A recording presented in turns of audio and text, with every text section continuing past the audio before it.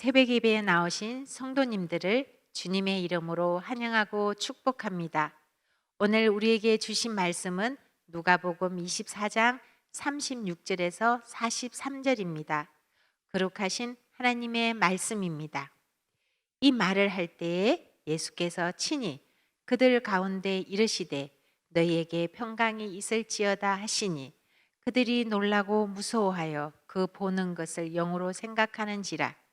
예수께서 이르시되 어찌하여 두려워하며 어찌하여 마음에 의심이 일어나느냐. 내 손과 발을 보고 나인 줄 알라. 또 나를 만져보라. 영은 살과 뼈가 없으되 너희 보는 바와 같이 나는 있느니라. 이 말씀을 하시고 손과 발을 보이시사 그들이 너무 기쁨으로 아직도 믿지 못하고 놀랍게 여길 때에 이르시되 여기 무슨 먹을 것이 있느냐 하시니 이에 구운 생선 한 토막을 드리니 받으사 그 앞에 잡수시더라. 오늘 본문 말씀은 예수님이 십자가에 못 박히신 후 친히 그들 가운데 나타나셔서 처음으로 하신 말씀이 너희에게 평강이 있을지어다입니다. 예수님께서 십자가에 못 박히실 때 수제자 베드로는 예수님을 세 번이나 부인했고 또 다른 제자들은 자신들이 예수님의 제자라는 신분이 들킬까 봐 무서워했습니다. 그런 제자들한테 예수님께서는 제일 먼저 찾아오셔서 평강이 있을지어다라고 말씀하셨을까요? 예수님이 십자가에 못 박히는 사건이 있기 전까지 제자들에게 예수님은 히어로였습니다. 곧 한 번도 경험하지 못한 영웅이었죠.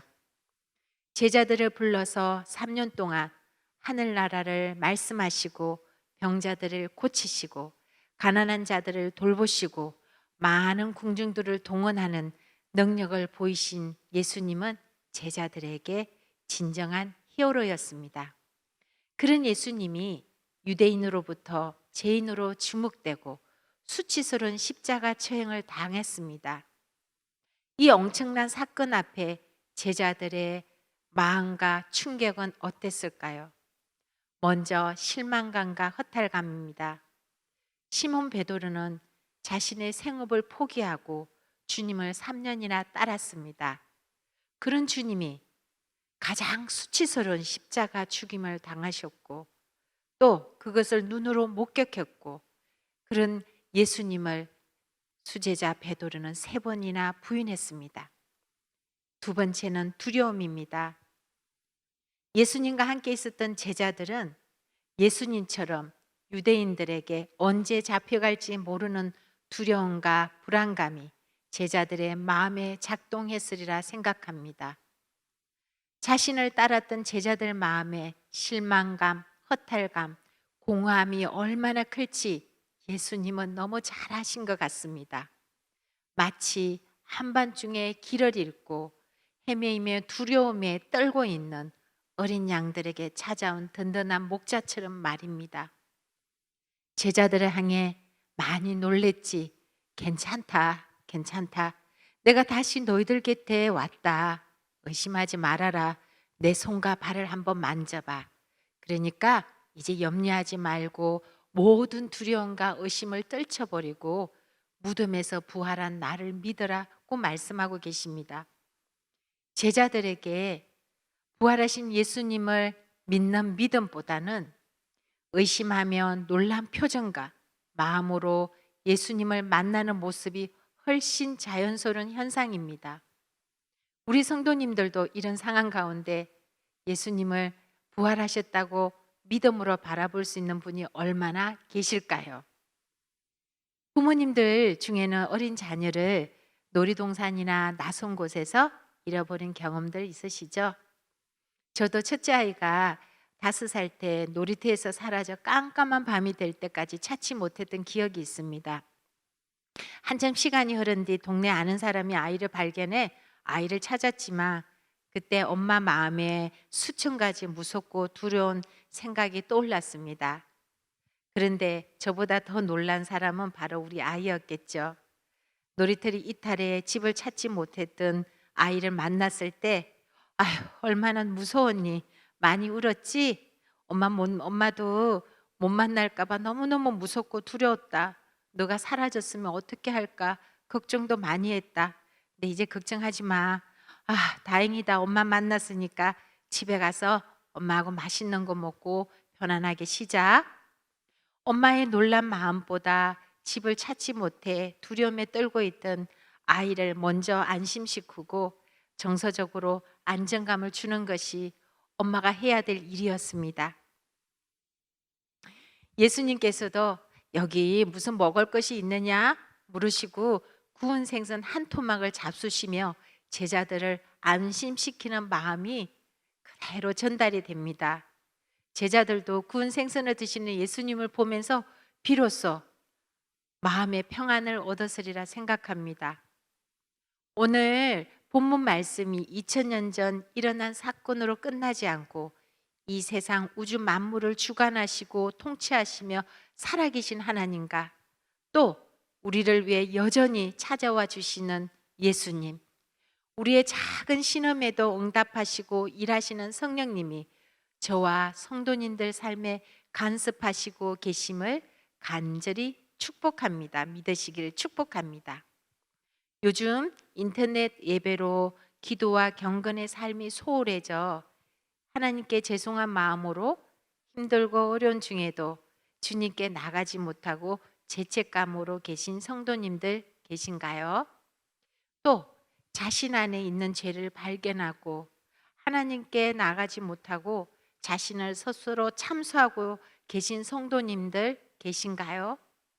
사랑의 주님께서는 우리의 실수와 죄 때문에 주님과의 관계가 소홀해지는 것을 원치 않으십니다.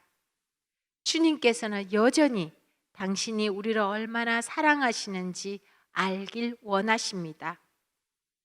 아무도 예상치 못하고 경험하지 못한 코로나와 일상의 삶 가운데 두려움, 염려가 일어나지만 예수님은 여전히 우리 가운데 부활하셔서 평안이 있을지어다. 두려워하지 말아라. 염려하지 말아라. 내가 너의 피난처가 되고 환난 가운데 도우시는 도움이시다 라고 말씀하고 계십니다. 시편 31편 챌린지가 시작되는 8월 초순, 저희 가정에 한 번도 경험하지 못하고 예상하지 않은 어려움이 빠지는 일이 생겼습니다. 문제가 잘 해결되지 않으며 법적인 소명을 해야 하는 상황이었습니다. 마치 예수님 제자들처럼 두렵고 또 잘못되면 어떡하지 하는 염려로 온몸이 긴장되고 입안이 바짝바짝 말랐습니다. 주님, 이런 큰 문제는 저희 가정이 감당하기 너무 두렵고 무서워요. 주님께서 도와주세요. 라는 간절한 마음으로 시편 말씀에 믿음을 담아 낭송하기 시작했습니다. 저의 괴로운 마음만큼이나 간절한 믿음으로 한 구절 한 구절 낭송할 때마다 절로 아멘 하고 외쳤습니다. 낭송 시작 3일째 예수님께서 제자들 가운데 오셔서 평강이 있을지어다 말씀하신 것과 같이 시편 124편 7절 8절 말씀으로 평강 가운데 임재하셨습니다. 시편 124편 7절 8절 말씀입니다. 우리의 영혼이 사냥꾼의 올무에서 벗어난 새같이 되었나니 올무가 끊어짐으로 우리가 벗어났도다. 우리의 도움은 천지를 지으신 여호와의 이름에 있도다입니다.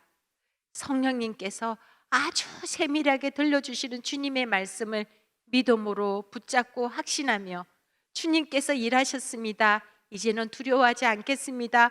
입 밖으로 염려를 말하지 않겠습니다. 오직 주님께서 일하심을 믿음으로 확신합니다 라고 고백했습니다. 그리고 일주일 뒤 이 어려운 사건이 자연스럽게 해결되는 그런 평안을 얻었습니다.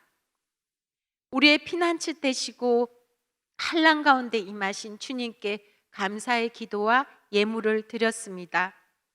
제자들 가운데 평안으로 찾아오신 예수님께서 현재도 두려움과 염려와 불안 가운데 있는 성도님들께 십자가에 자신의 몸을 내어주신 우리를 구원해 주셨습니다. 나의 자녀들아 마음에 의심하지 마라. 십자가에 못 박힌 내 손과 발을 보고 너를 구원한 나인 줄 알라.